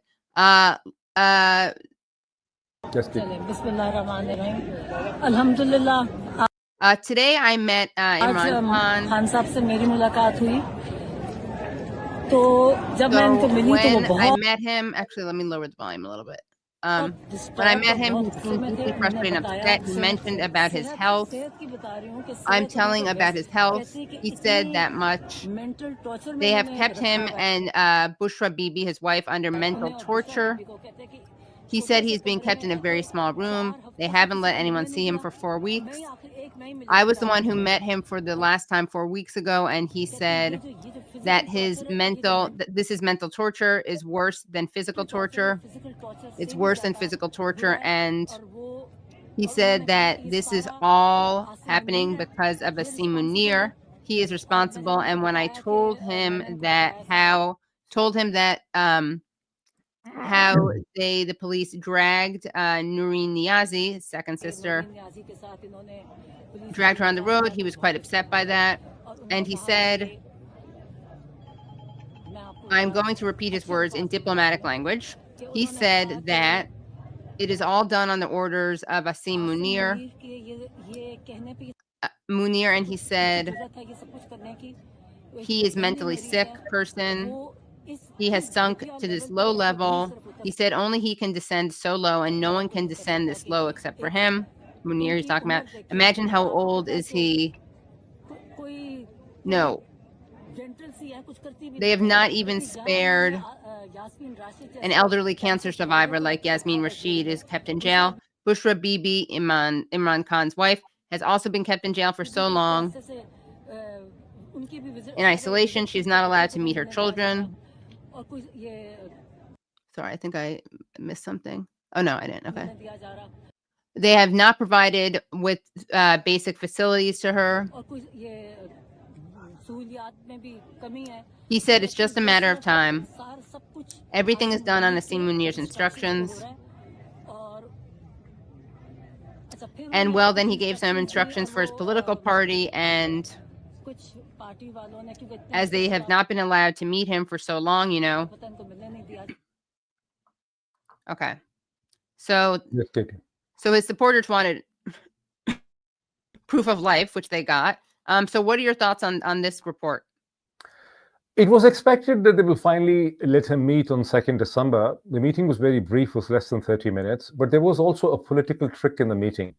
Between since General Asim Munir, whom the sister continues to refer as the main villain in the story, is at loggerheads with the present government which he has created himself, the Prime Minister Sharif's government, who he wanted to issue a notification for the next 5 years so that he can be the army chief. He's also created a new office for himself through a constitutional reform on gunpoint, which is being referred to as Commander of the Defense Forces. And he is now taking control of the army, not only the army, but also the Air Force and the Navy. He wants to be basically the Pakistan's all-in-all a dictator like Saddam Hussein or Bashar al-Assad for the rest of his life. Now, the present civilian government, which is also his own creation, now they are actually worried that if we give him this carte blanche, this power, he's going to remove us and he's going to create a new political dispensation for himself. So they are resisting him.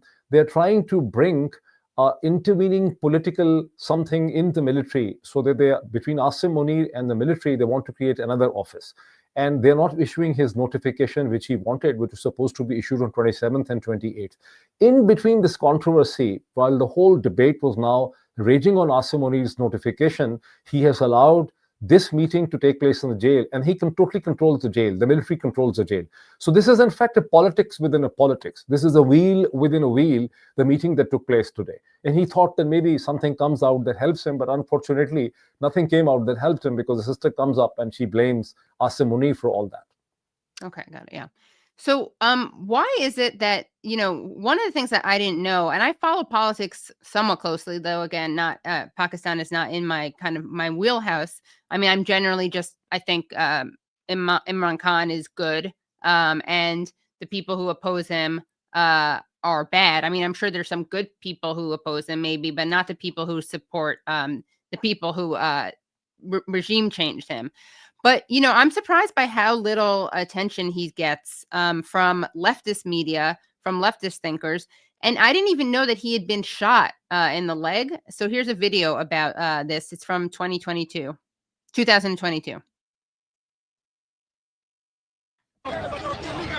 In the chaotic moments after the shooting, Imran Khan had to be carried out and whisked away from the crowd. A gunman had opened fire at a rally of tens of thousands of his supporters. His target, Khan's party says, was the former Prime Minister himself. Shot in the lower leg, he was bundled into a bulletproof car and driven 2 hours to Lahore for surgery. A party senior leader released a statement from Khan saying Pakistan's old cricketing hero blamed Prime Minister Shahbaz Sharif, his interior minister, and a senior intelligence official for an attempt on his life, calling for their removal from office. It was, the government said, a grievous accusation.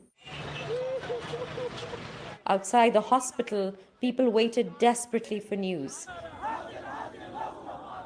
Protests broke out across the country as news of the shooting spread.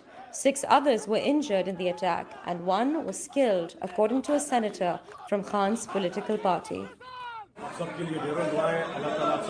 Please pray for Imran Khan, for our fellow workers who are injured, this senator says, and for our party member who has died.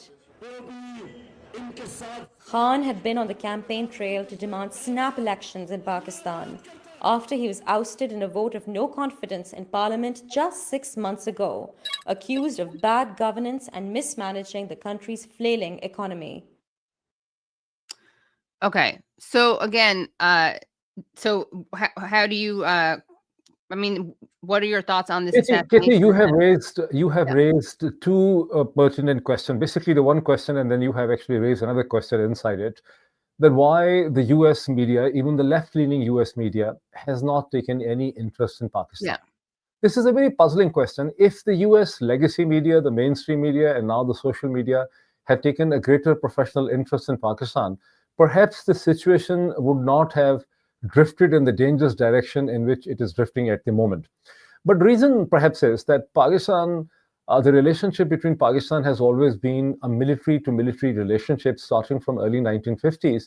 And this relationship between the US military and the Pakistani military did not allow any other kind of relationship to develop with Pakistan, because the military started to dominate the complete social life, the media, the intellectual life, the political life, the institutional life of Pakistan. So Pakistan is now, can be described academically, and Pakistan is nothing left other than the military.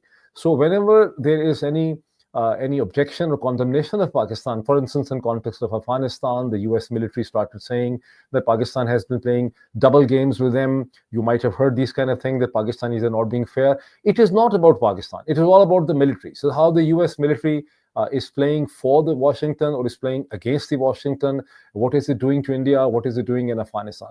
So Pakistan has never developed any relationship, media to media, business to business, politics to politics, human to human, despite the fact that within the United States, there are very successful Pakistani-American diaspora community of Pakistani origin. But even the Pakistani military is so powerful that they are capable of influencing the mind and the opinions which the Pakistani community within the United States takes. And they're also running one of the most sophisticated and ruthless campaign of transnational repression.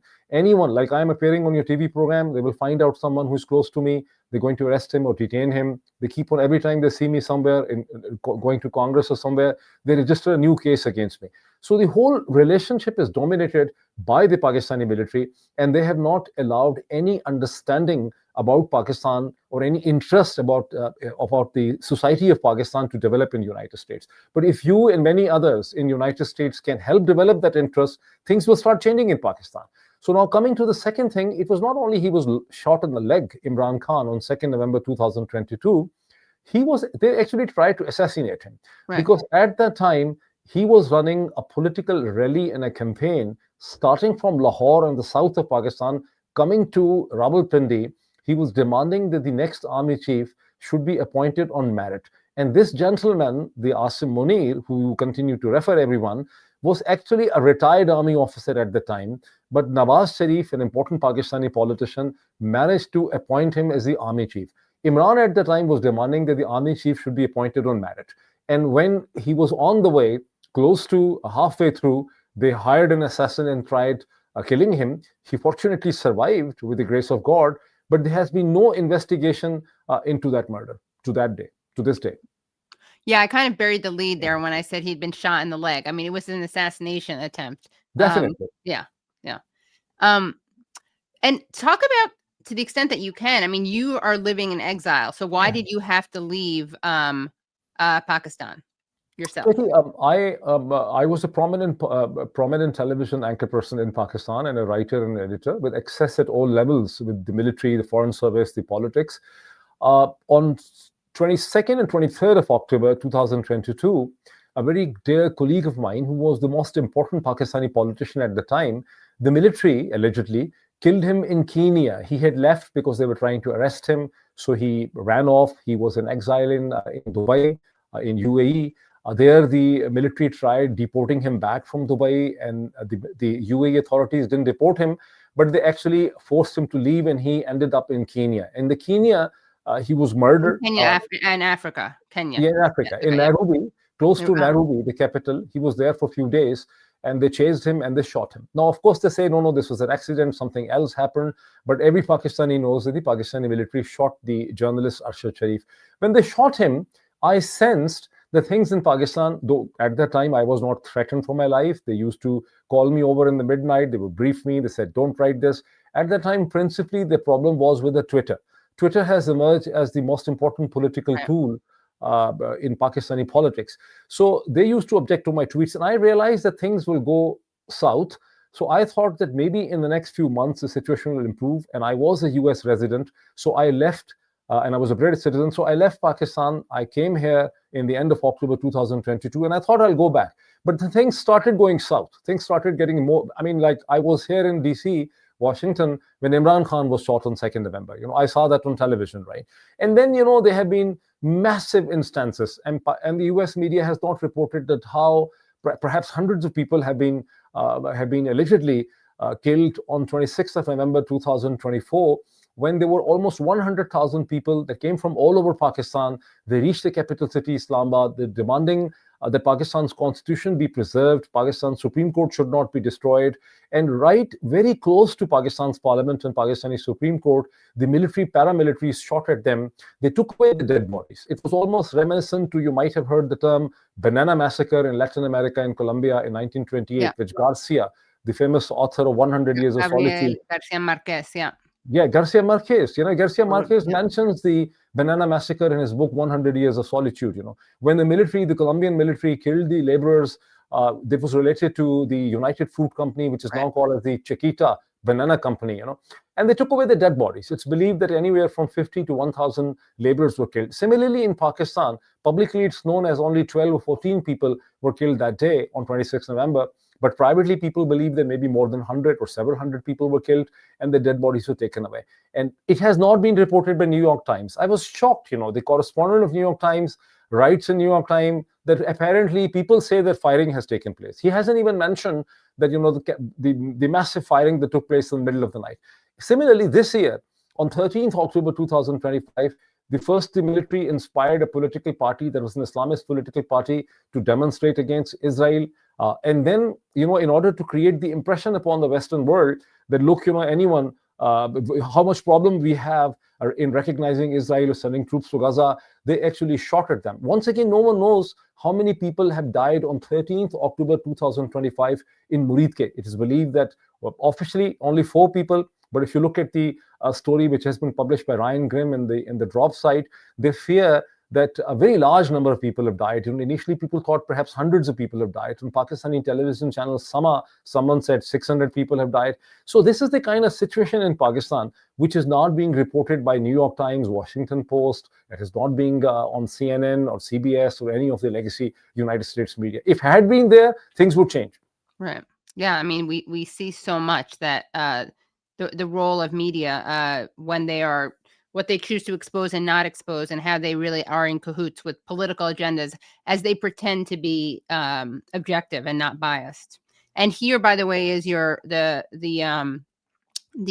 journalist who you mentioned, Arshad Sharif. Yes, who was killed in Kenya. Yeah, so I just wanted to show a picture of him so people had a sense of him. Yeah, no, that it doesn't get a lot of media attention at all. And again, it doesn't even get attention from the leftist media. I think because people are kind of just generally ignorant about it. And as you said, the legacy media certainly doesn't pay attention to it. So right now, actually, I want to ask you about something else that is happening, which is, excuse me, I have to cough again. Cough is natural. Yeah, I know. Let's see. Wanted to ask you about the 27th Amendment. Yes. Can you talk about that? Yes, you see, there are two sets of amendments. One was the 26th Amendment, which happened in October-November 2024. And the second is now the 27th Amendment. So with these two amendments, 26th Amendment and 27th Amendment, the Constitution of Pakistan, as it was framed unanimously in 1973, now stands dead. The whole Constitution has been militarized. Now, in this 27th Amendment, the Army Chief and all service chiefs, the Pakistan Army Chief, the Naval Chief, and Air Force Chief, they have been given life immunity, as if they will be wearing uniform till the moment of the death, and no legal case, no prosecution, no inquiry, no investigation can be brought against them. I mean, this is actually the sense of guilt they have. Also, they have produced a massive centralization of the Constitution, and they're trying to change the nature of Pakistani state into the way the Communist Party of China is running China. And while in this country, since there is no understanding, they are also playing, I mean, this is the most interesting thing is that Pakistani military is playing a honeymoon at one end with Donald Trump, the President Donald Trump, who has for the first time in the 200 plus year history of United States, met an army general in uniform. Never before a US president has ever met an army general in uniform. Yes, generals became presidents and, they were controlling a country. And then the American presidents have welcomed them in White House. But in this case, a sitting army general wearing a uniform was received by Donald Trump, which has further strengthened him. So on one hand, they're playing a honeymoon with Washington. On the other side, they're having a lover relationship with Beijing, where they are actually making presentations. The nature of Pakistani state is Western democracy, which is flawed. And this should actually be changed on the pattern of the Communist Party of China. So this is a very interesting thing. The US media, you have taken a right step. If US media starts taking an interest in what's really happening in Pakistan, things will change. Yes, Katie, I've lost you. I can't hear you. Oh, sorry. No, I muted myself because I was coughing. Sorry, that's my fault. Talk to us about the latest Epstein files revelations that relate to Imran Khan and his comments about Imran Khan. I have some receipts to show, but maybe just set it up before we get into what was said. Don't go anywhere, guys. That was so interesting, but don't go anywhere because a couple things to say. If you are watching live, you're in luck. You got to see that whole thing. If you're watching this later and you want to see a little discussion about Jeffrey Epstein and Imran Khan, you can do that at patreon.com/The Katie Halper Show. Again, that's patreon.com/The Katie Halper Show. And it was really wonderful talking to Dr. Moeed. Now we are doing something exciting, which is where we have good news, which is not something that we always are able to share in the world and on this show. And that's because we cover really important issues that often have us despairing rather than celebrating. But as people know, we covered the kidnapping, the arrest, the torture of Mohammed Ibrahim. We spoke to Ziad Kaddour, Mohammed's uncle. And just as a reminder, over 9.5 months ago, Mohammed Ibrahim, who's a U.S. citizen of Palestinian origin, but he was born and raised in the States. Not that that matters, except it does a little bit because it makes America's failure to act more hypocritical, because we know they don't care about Palestinians, but they claim to care about American citizens.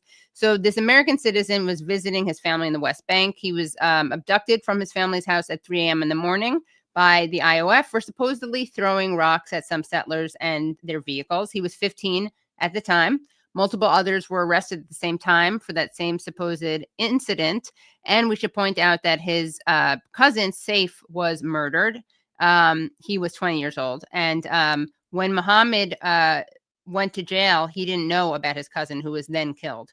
So condolences to the family once again about not only what they went through with Mohammed, but of course the literal murder of Saif. So we had Zayad Kaddour on twice to talk about this case. And fast forward to the present day, Mohammed, at now 16, has finally been freed, along with the other people, the other kids accused of throwing rocks. And Zayad was not able to join us on tonight's show, Mohammed's uncle, but he did give us a nice message that we're going to play now. Hey Katie, hey everybody. Sorry I'm in the car, I'm driving, but I'll make this quick. First of all, we have really good news. Mohammed's home. He's with his mother, his father, his sister. He's getting the love and the nutrition and the rest that he needs before we bring him back to the States. He's not healthy enough to travel just yet, but he's slowly getting there. Secondly, thank you. Thank you to everybody who tried, everybody who had the intentions of reuniting a child with his family, just like every child deserves. We appreciate you guys so much.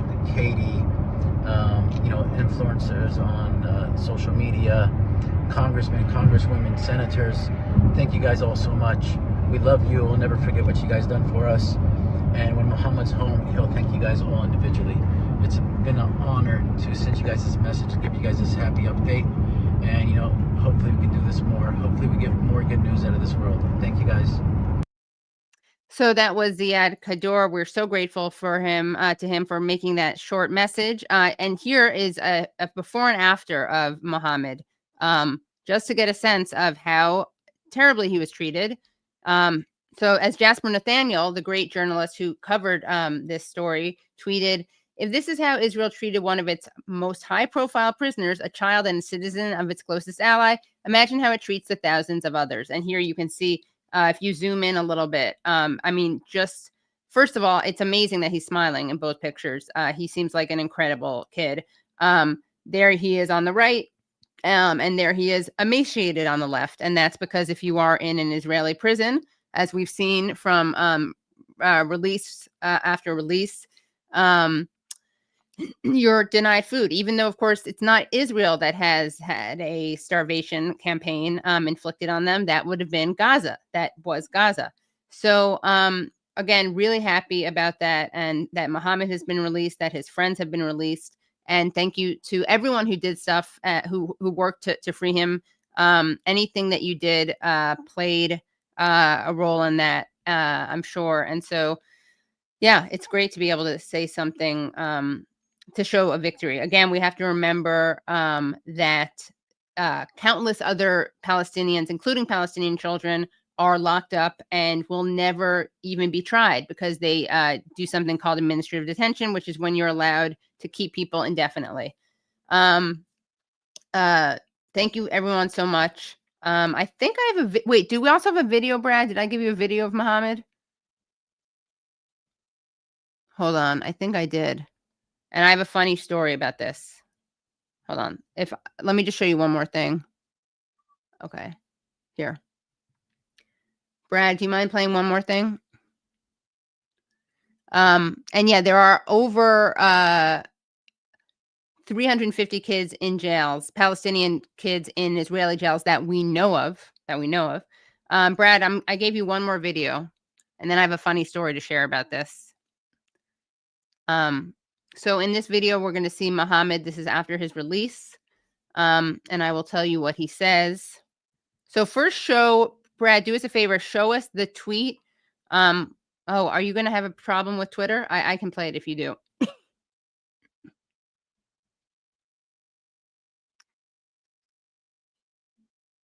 Yeah, and it's in Arabic, but the text of the tweet is in English. Brad, do you have it, or do you want me to play it? I have it open.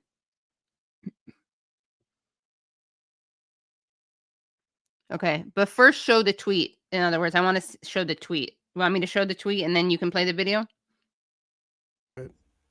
Oh, okay. Brad is such an overachiever.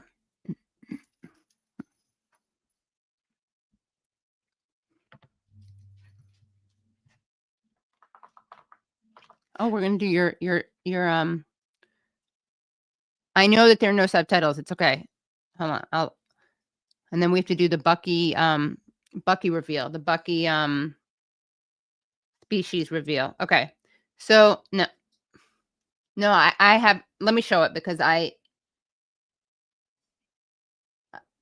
can't, that's not, hold on. Let me just show the thing that I have, because okay. And then we'll show the video.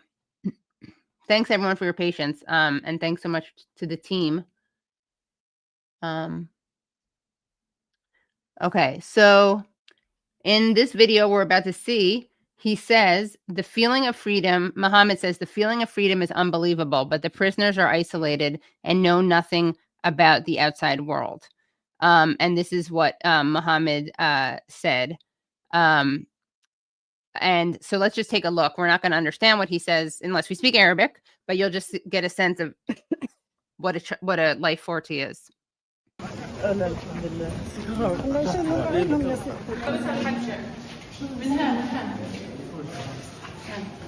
وضع الحمد لله تمام بس ما فيش اخبار عن اهلهم ولا بيجينا خبر عن برا ولا بنعرف اشي ولا بيجينا اشي الحمد لله شعور لا يصدق.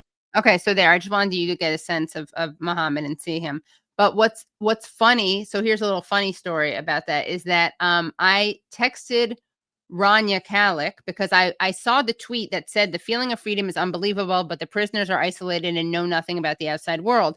And I wanted to make sure that that was Muhammad who had said that, because as you saw in the video just now, after Muhammad speaks, there's someone else who speaks. So so I texted Rania Kalik and I said, is it Muhammad who says that? And Rania wrote, hold on, this is really funny. I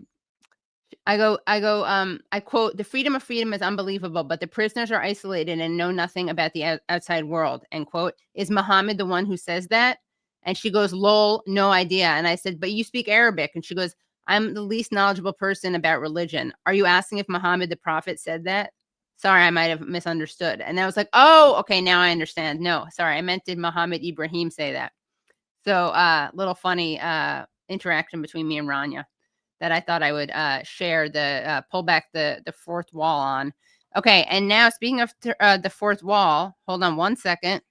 I have to show you guys. I promised I would do this reveal. Oh no, we can do it now. Hold on, let me show it to you. Okay, one second. So we got a DNA test for Bucky. We had been told that he was, when we rescued him, we had been told that he was half Brussels Griffin and half Shih Tzu. That's what we'd been told. Also, you want to see what Bucky looked like before we got him? Hold on. I mean, when he was surrendered by his owners. Okay. Matted. Let's see. Where's the picture of him where he was all matted? Ah, crap. Okay. One second, guys. Thanks to everyone for your patience because I'm sick today, as people can tell. I've been sick for a while. It's not good. All right, one second. Okay, so we had some good news about Muhammad Ibrahim. And now we're going to end with a little Bucky update. Not as significant, obviously. I don't want to, for 1 second, pretend that they're comparable. Okay, 1 second. Just brightening my screen. Okay, there's that. All right, so I'm going to show you first what Bucky looked like before. So this is what Bucky looked like before we got him.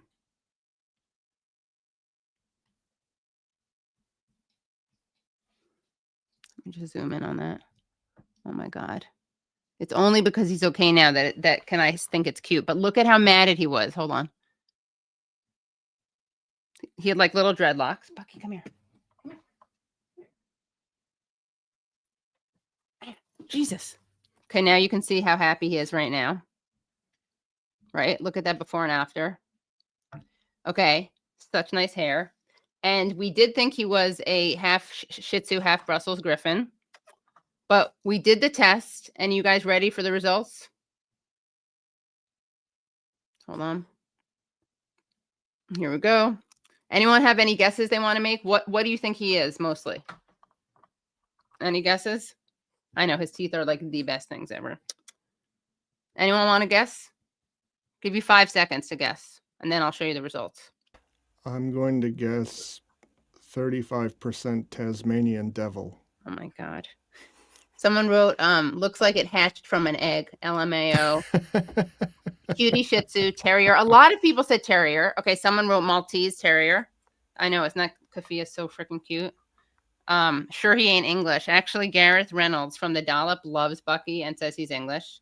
Okay, sprinkled Maltese for sure. Coton de Toulier, that would be cute. Wookie, we have a picture of him as a Wookie. Do we have that, Brett? Maybe you can look that up. Okay. Chihuahua. All right. All right. Bucky. Okay, so here it is. Ready? Here's the moment you've all been waiting for. Okay. I really should get sponsored by this company. Embarked. I'm embarked. And he is 43.3% Maltese, 21.1% Pekingese, 19% Shih Tzu, 9.9% Super Mutt, and 4.7% Bichon Frise. So now we have to take him to Malta, where he can learn about his culture. Yeah. Because that's a responsible thing to do. It's very, it's very problematic and fraught to adopt a dog, to rescue a dog. Look at this baby boy. And here you go. Oh yeah, that's good. But do you have the one of me and him and Nick? That's a great one. Maybe. Malta's a dump. Someone wrote, sorry, Katie, but he's not a dog. What are you talking about? He has all these like things in like leaves in him. He is so cute. Leaves in him, like leaves. You could go for a walk and he runs around. You mean like you get yeah. Yeah. I mean, that's a lot better than, I forget what they're called, but birds. These little, basically. Yeah. Man, those. How cute is he? Can get everywhere. Let me see. Where's the Princess Leia? Oh my God, he was so freaking cute. Isn't he the cutest? Hold on. Ow, he kind of hurt my collarbone though. No. Hold on. I know. I know. Hold on. I think I know where I can. Bucky. There he is. All right, there he is. That's the Bucky I know and love. Yeah. Wookie, hold on. Well, if need be, Katie, we can have those for next week as well. Yeah. Okay, great. Yeah, because that's because those were good photos. Like your Leia costume, that was yeah, good. Right. It was good. Yeah. Well, yeah. Okay, we'll show it next time. Okay. Because it is. Wait, I think I have a good one here. Here we go. All right, I'm gonna give it to you, Brad. Okay, you want to show it? Okay.